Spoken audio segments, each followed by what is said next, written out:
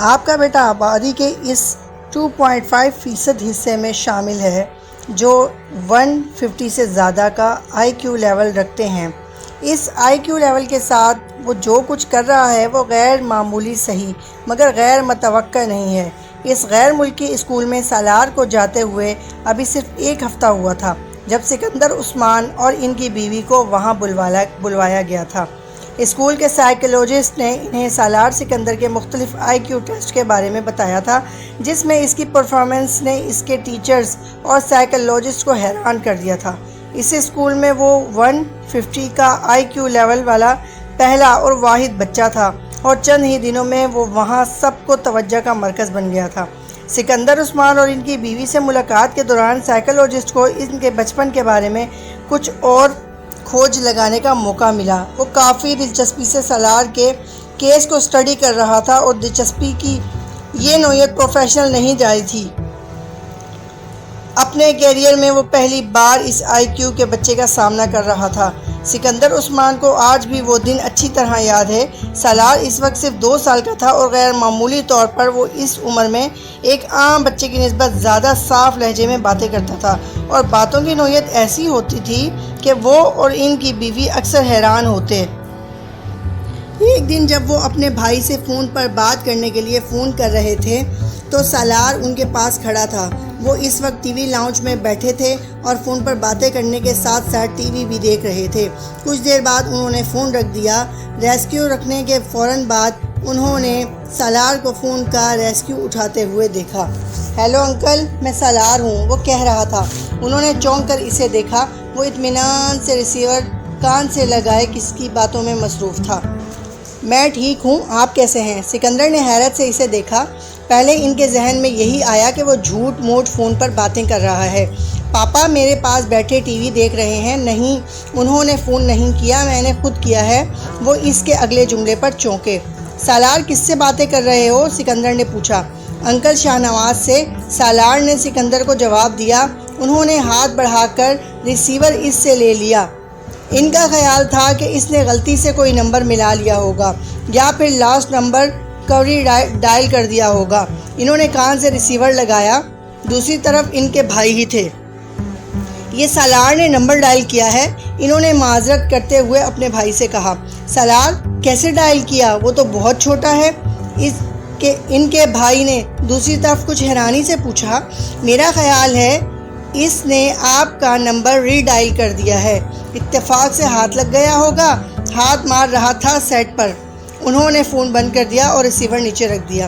سالار جو خاموشی سے ان کے ساتھ ان کی گفتگو سننے میں مصروف تھا، ریسیور کے نیچے رکھتے ہی اس نے ایک بار پھر ریسیور اٹھا لیا۔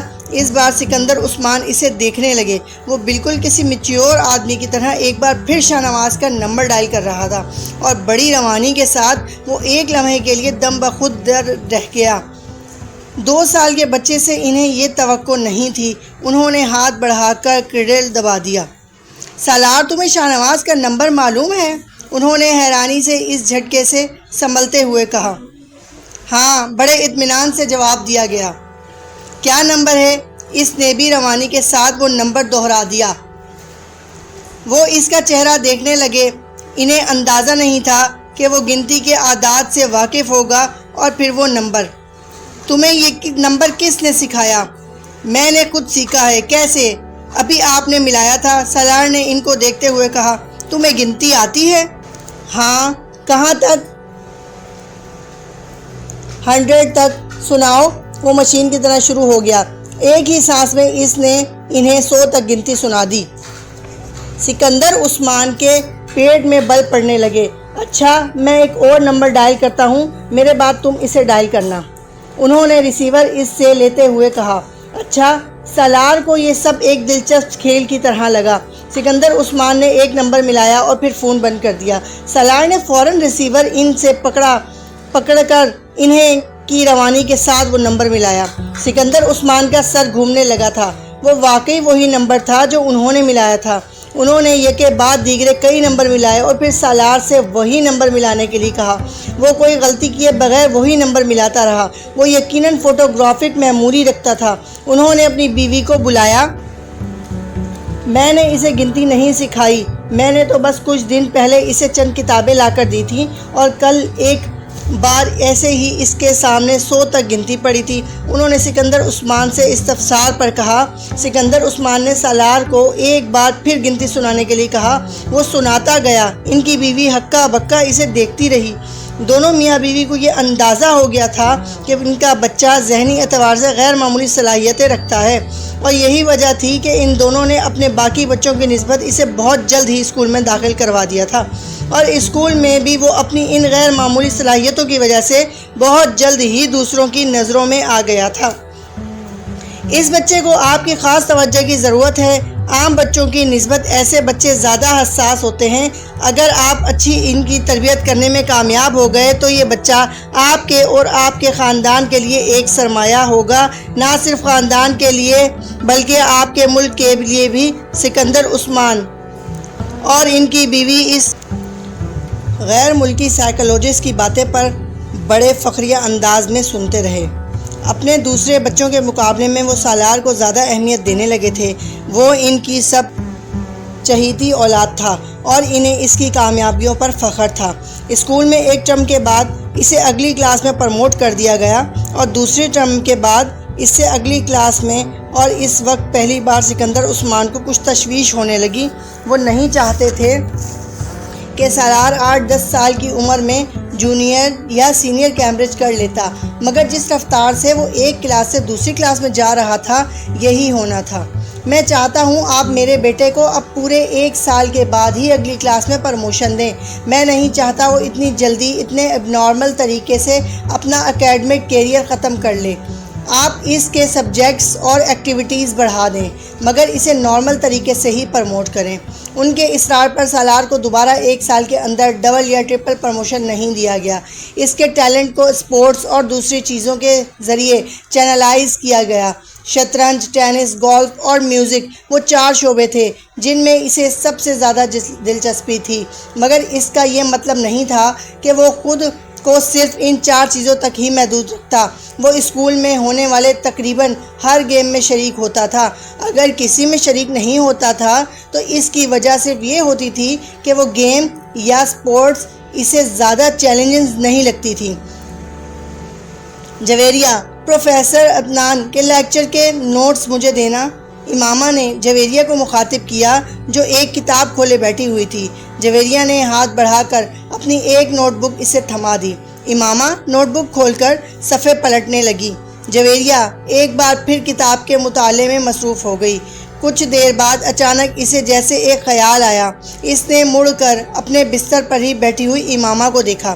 تم نے لیکچر نوٹ کرنا کیوں بند کر دیا ہے؟ اس نے امامہ کو مخاطب کیا۔ امامہ نے نوٹ بک سے نظریں اٹھا کر اسے دیکھا۔ مجھے کچھ سمجھ میں آئے تو میں نوٹ کروں۔ کیا مطلب؟ تمہیں پروفیسر اطمینان کا لیکچر بھی سمجھ میں نہیں آتا؟ جویریہ کو جیسے حیرت ہوئی۔ اتنا اچھا تو پڑھاتے ہیں، میں نے کب کہا کہ برا پڑھاتے ہیں؟ بس مجھے۔ اس نے کچھ الجھے ہوئے لہجے میں بات ادھوری چھوڑ دی۔ وہ ایک بار پھر ہاتھ میں پکڑی نوٹ بک کو دیکھ رہی تھی۔ جویریہ نے غور سے اسے دیکھا۔ تم آج کل کچھ غائب دماغ نہیں ہوتی جا رہی؟ ڈسٹرب ہو کسی وجہ سے؟ جویریہ نے اپنے سامنے رکھی کتاب بند کرتے ہوئے بڑے ہمدردانہ لہجے میں کہا۔ ڈسٹرب؟ وہ بڑبڑائی۔ نہیں، ایسی کوئی بات نہیں ہے۔ تمہاری آنکھوں کے گرد ہلکے بھی پڑے ہوئے ہیں۔ کل رات کو شاید 3:30 کا وقت تھا جب میری آنکھ کھلی اور تم اس وقت بھی جاگ رہی تھی۔ میں پڑھ رہی تھی، اس نے مدافعانہ لہجے میں کہا۔ نہیں، صرف کتاب اپنے سامنے رکھے بیٹھی ہوئی تھی، مگر کتاب پر نظر نہیں تھی تمہاری۔ جویریہ نے اس کا عذر رد کرتے ہوئے کہا۔ تمہیں کوئی مسئلہ تو نہیں ہے؟ کیا مسئلہ ہو سکتا ہے مجھے؟ پھر تم اتنی چپ چپ کیوں رہنے لگی ہو؟ جویریہ اس کی ٹال مٹول سے متاثر ہوئے بغیر بولی۔ نہیں، میں کیوں چپ ہو رہوں گی؟ امامہ نے مسکرانے کی کوشش کی۔ میں تو پہلے ہی کی طرح بولتی ہوں۔ صرف میں ہی نہیں، باقی سب بھی تمہاری پریشانی کو محسوس کر رہے ہیں۔ جویریہ سنجیدگی سے بولی۔ کوئی بات نہیں ہے، صرف اسٹڈیز کی ٹینشن ہے مجھے۔ میں یقین نہیں کر سکتی، ہم بھی تمہارے ساتھ ہیں، تمہیں ہم سے زیادہ ٹینشن تو نہیں ہو سکتی؟ جویریہ نے سر ہلاتے ہوئے کہا۔ امامہ نے گہرا سانس لیا۔ وہ اب زچ ہو رہی تھی۔ تمہارے گھر میں تو خیریت ہے نا؟ ہاں بالکل خیریت ہے، اذیت کے ساتھ تو کوئی جھگڑا نہیں ہوا۔ اذیت کے ساتھ جھگڑا کیوں ہوگا؟ امامہ نے اس کے انداز میں پوچھا۔ پھر بھی اختلافات تو ایک بہت ہی، جویریہ کی بات اس نے درمیان میں ہی کاٹ دی۔ جب کہہ رہی ہوں کہ کوئی مسئلہ نہیں ہے تو تمہیں یقین کیوں نہیں آ رہا؟ اتنے سالوں سے کون سی بات ہے جو میں نے تم سے شیئر نہیں کی یا جو تمہیں پتہ نہیں ہے؟ پھر تم اس طرح مجھے مجرم سمجھ کر تشفیف کیوں کر رہی ہو؟ وہ اب خفا ہو رہی تھی۔ جویریہ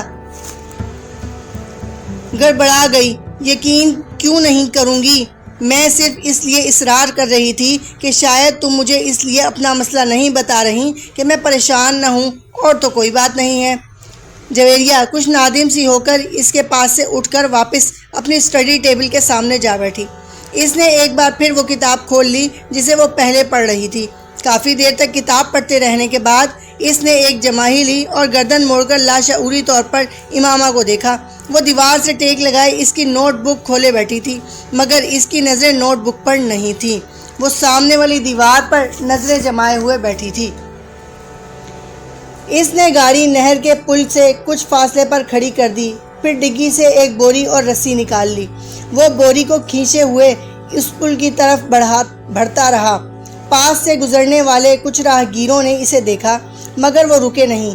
اوپر پہنچ کر اس نے اپنی شرٹ اتار کر نہر میں پھینک دی۔ چند لمحوں میں اس کی شرٹ بہتے پانی کے ساتھ غائب ہو چکی تھی۔ ڈارک بلو کلر کی تنگ جینز میں اس کا لمبا قد اور خوبصورت جسم بہت نمایاں تھا۔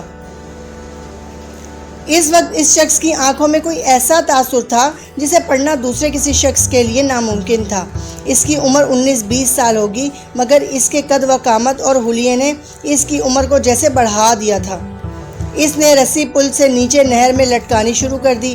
جب رسی کا سرا پانی میں غائب ہو گیا تو اس نے رسی کا دوسرا سرا بوری کے منہ پر لپیٹ کر سختی سے گرہیں لگانی شروع کر دی، اور اس وقت تک لگاتا رہا جب تک کوائل ختم نہیں ہو گیا۔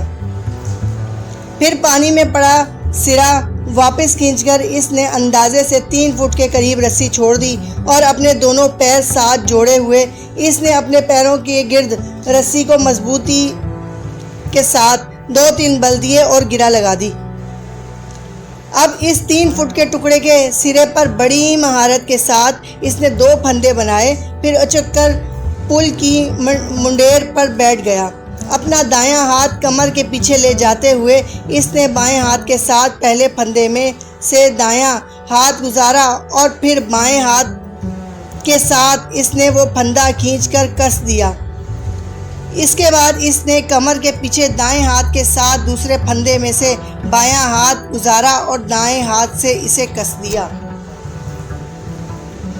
اس کے چہرے پر اطمینان بھری مسکراہٹ نمودار ہوئی۔ ایک گہرا سانس لیتے ہوئے اس نے پشت کے بل خود کو پل کی منڈیر سے نیچے گرا دیا۔ ایک جھٹکے کے ساتھ اس کا سر پانی سے ٹکرایا اور کمر تک کا حصہ پانی میں ڈوب گیا۔ پھر رسی ختم ہو گئی۔ اب وہ اس طرح لٹکا ہوا تھا کہ اس کے بازو پشت پر بندھے ہوئے تھے اور کمر تک کا ڈھیر پانی کے اندر تھا۔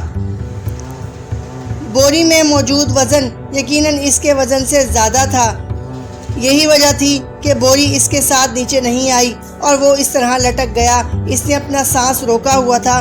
پانی کے اندر اپنا سر جاتے ہی اس نے آنکھیں کھلی رکھنے کی کوشش کی، مگر ناکام رہا۔ پانی گدلا تھا اور اس میں موجود مٹی اس کی آنکھوں میں چبھنے لگی۔ اس نے آنکھیں بند کر لیں۔ اس کے پھیپھڑے اب جیسے پھٹنے لگے تھے۔ اس نے یک دم سانس لینے کی کوشش کی اور پانی منہ اور ناک سے اس کے جسم کے اندر داخل ہونے لگا۔ وہ اب بری طرح پھڑپڑا رہا تھا، مگر نہ وہ اپنے بازوؤں کو استعمال کر کے خود کو سطح پر لا سکتا تھا اور نہ ہی اپنے جسم کو اٹھا سکتا تھا۔ اس کے جسم کی پھڑپڑاہٹ آہستہ آہستہ دم توڑ رہی تھی۔ چند لوگوں نے اسے پل کے نیچے گرتے دیکھا اور چیختے ہوئے اس کی طرف بھاگے۔ رسی ابھی تک ہل رہی تھی۔ ان لوگوں کی سمجھ میں نہیں آ رہا تھا کہ وہ کیا کریں۔ پانی کے نیچے ہونے والی حرکت اب دم توڑ گئی تھی۔ اس کی ٹانگیں اب بالکل بے جان نظر آ رہی تھی۔ پل پر کھڑے لوگ خوف کے عالم میں اس بے جان وجود کو دیکھ رہے تھے۔ پل پر موجود حجم بڑھ رہا تھا۔ نیچے پانی میں موجودہ وجود ابھی بھی ساکت تھا۔ صرف پانی اسے حرکت دے رہا تھا، کسی پینڈولم کی طرح آگے پیچھے آگے پیچھے آگے پیچھے۔ امامہ جلدی سے تیار ہو جاؤ، رابعہ نے اپنی الماری سے اپنا ایک سوٹ نکال کر بیڈ پر پھینکتے ہوئے کہا۔ امامہ نے قدرے حیرانی سے اسے دیکھا۔ کس لیے تیار ہو جاؤں؟ بھائی شاپنگ کے لیے جا رہے ہیں، ساتھ چلو، رابعہ نے اسی تیز رفتاری کے ساتھ استری کا پلگ نکالتے ہوئے کہا۔ نہیں، مجھے کہیں نہیں جانا، اس نے ایک بار پھر اپنی آنکھوں پر اپنا بازو رکھتے ہوئے کہا۔ وہ اپنے بستر پر لیٹی ہوئی تھی۔ کیا مطلب ہے مجھے کہیں نہیں جانا؟ تم سے پوچھ کون رہا ہے؟ تمہیں بتا رہے ہیں، رابعہ نے اسی لہجے میں کہا۔ اور میں نے بتا دیا ہے میں کہیں نہیں جا رہی، اس نے آنکھوں سے بازو ہٹائے بغیر کہا۔ زینب بھی چل رہی ہے ہمارے ساتھ، پورا گروپ جا رہا ہے، فلم بھی دیکھیں گے۔ واپسی پر رابعہ نے پورا پروگرام بتاتے ہوئے کہا۔ امامہ نے ایک لہجے کے لیے اپنی آنکھوں سے بازو ہٹا کر اسے دیکھا۔ زینب بھی جا رہی ہے؟ ہاں، زینب کو ہم راستے سے پک کریں گے۔ امامہ کسی سوچ میں ڈوب گئی۔ تم بہت ڈل ہوتی جا رہی ہو امامہ، رابعہ نے قدرے ناراضگی کے ساتھ تبصرہ کیا۔ ہمارے ساتھ کہیں آنا جانا ہی چھوڑ دیا ہے تم نے، آخر ہوتا کیا جا رہا ہے تمہیں؟ کچھ نہیں، بس میں آج کچھ تھکی ہوئی ہوں، اس لیے سونا چاہ رہی ہوں، امامہ نے بازو ہٹا کر اسے دیکھتے ہوئے کہا۔ تھوڑی دیر بعد جویریہ بھی اندر آ گئی اور وہ بھی اسے ساتھ چلنے کے لیے مجبور کر رہی تھی، مگر امامہ کی زبان پر ایک ہی رٹ تھی، نہیں مجھے سونا ہے، میں بہت تھک گئی ہوں۔ وہ مجبوراً اسے برا بھلا کہتے ہوئے وہاں سے چلی گئی۔ راستے سے انہوں نے زینب کو اس کے گھر سے پک کیا اور زینب کو پک کرتے ہوئے جویریہ کو یہ یاد آیا کہ اس کے بیگ کے اندر اس کا والیٹ نہیں ہے، وہ اسے ہاسٹل میں ہی چھوڑ کر آئی تھی۔ واپس ہاسٹل چلتے ہیں، وہاں سے والیٹ لے کر پھر بازار چلیں گے۔ جویریہ کے کہنے پر وہ لوگ دوبارہ ہاسٹل چلی آئیں، مگر وہاں آ کر انہیں حیرانی کا سامنا کرنا پڑا کیونکہ کمرے کے دروازے پر تالا لگا ہوا تھا۔ یہ امامہ کہاں ہے؟ رابعہ نے حیرانی سے کہا۔ پتہ نہیں، کمرہ لاک کر کے اس طرح کہاں جا سکتی ہے؟ وہ تو کہہ رہی تھی اسے سونا ہے، جویریہ نے کہا۔ ہاسٹل میں تو کسی کے روم میں نہیں چلی گئی، رابعہ نے خیال ظاہر کیا۔ وہ دونوں اگلے کئی منٹ ان واقف لڑکیوں کے کمرے میں جاتی رہیں جن سے ان کی ہیلو ہائی تھی، مگر امامہ کا کہیں پتہ نہیں تھا۔ کہیں ہاسٹل سے باہر تو نہیں گئی؟ رابعہ کو اچانک خیال آیا۔ آؤ وارڈن سے پوچھتے ہیں، جویریہ نے کہا۔ وہ دونوں وارڈن کے پاس چلی آئیں۔ ہاں، امامہ ابھی کچھ دیر پہلے باہر گئی ہے، وارڈن نے ان کی انکوائری پر بتایا۔ جویریہ اور رابعہ ایک دوسرے کا منہ دیکھنے لگی۔ وہ کہہ رہی تھی شام کو آئے گی، وارڈن نے انہیں مزید بتایا۔ وہ دونوں وارڈن کے کمرے سے ہی نکل آئیں۔ یہ گئی کہاں ہے؟ ہمارے ساتھ تو جانے سے انکار کر دیا تھا، اسے سونا ہے، وہ تھکی ہوئی ہے اور اس کی طبیعت خراب ہے، اور اب اس طرح غائب ہو گئی ہے، رابعہ نے الجھے ہوئے انداز میں کہا۔ رات کو وہ قدرے لیٹ واپس آئیں اور جس وقت وہ واپس آئیں امامہ کمرے میں موجود تھی۔ اس نے مسکراتے ہوئے ان دونوں کا استقبال کیا۔ لگتا ہے خاصی شاپنگ ہوئی ہے آج، اس نے دونوں کے ہاتھوں میں پکڑے ہوئے شاپرز کو دیکھتے ہوئے کہا۔ ان دونوں نے اس کی بات کے جواب میں کچھ نہیں کہا، بس شاپرز رکھ کر اسے دیکھنے لگیں۔ تم کہاں گئی ہوئی تھی؟ جویریہ نے اس سے پوچھا۔ امامہ کو جیسے ایک جھٹکا لگا۔ میں اپنا والیٹ لینے واپس آئی تھی تو تم یہاں نہیں تھی، کمرہ لاک تھا، جویریہ نے اسی انداز میں کہا۔ میں تم لوگوں کے پیچھے گئی تھی۔ کیا مطلب؟ جویریہ نے کچھ نہ سمجھنے والے انداز میں کہا۔ تمہارے نکلنے کے بعد میرا ارادہ بدل گیا تھا، میں یہاں سے زینب کی طرف گئی کیونکہ تم لوگوں کو اسے پک کرنا تھا، مگر اس کے چوکیدار نے بتایا کہ تم لوگ پہلے ہی وہاں سے نکل گئے، پھر میں وہاں سے واپس آ گئی، بس راستے میں کچھ کتابیں لی تھیں میں نے، امامہ نے کہا۔